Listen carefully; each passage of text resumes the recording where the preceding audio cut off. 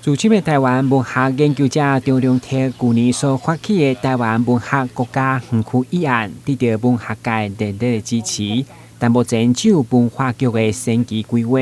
为了回应地方希望成为国家级典藏甲文学推广的基地，立委郭国文邀集文化部等相关单位来座谈。其中高龄84岁张良铁嘛特别出席，强调提倡台湾文学国家园区是人生最后的梦。文友大家咧问讲，啊，你最大的你一个人生最后的梦是啥物？我就讲最后一个真大的梦，就是建立一个台湾文学国家园区啊，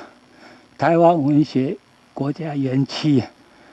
为了文化局强调，该已经有第一期3栋6.2亿的预算规模，嘛是设定伫满岛中央艺文中心对面大塘现地的仓库，希望进一步将这7.多公顷的土地活化，以文化产业的环境甲现有的台湾文学馆有所区别。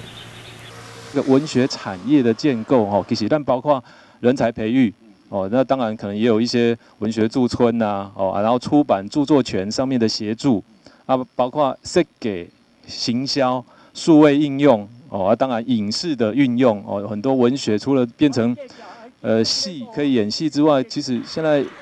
影视的这些应用更大也影响力更大，所以我们基本上是朝向这个文学产业环境的这样一个建构的一个园区的规划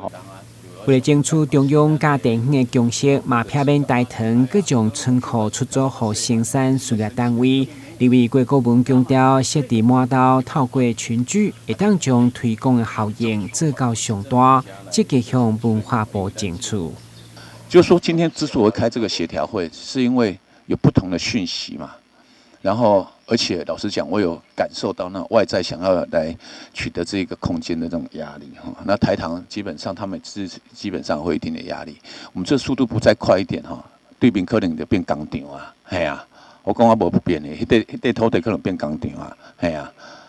所以说，我就不希望变成这样子，因为地方的期待从来不是如此。那是不是可以考量一下，结合地方的期待，然后呢，张老师的这个倡议？那以及呢，文化部这一个政策方向，我们来创造另一种新的可能对此，大塘表示，只要文化部定案，因将全力配合，嘛希望加速兴建事情。等一个给予活化土地还有配合政府政策的一个立场，会全力提供那我们希望说这个案子来尽速来确定那赶快让我们的土地来活化也来创造地方的相关的一个发展不管是经济啦是文化方面都可以蓬勃来一个发展最后会议达成共识，将由市府提供先期规划，予文化部立委开立地方的需求，将积极甲中央沟通，希望尽速定案，争取资源。台南新闻管制何乔芳采访报道。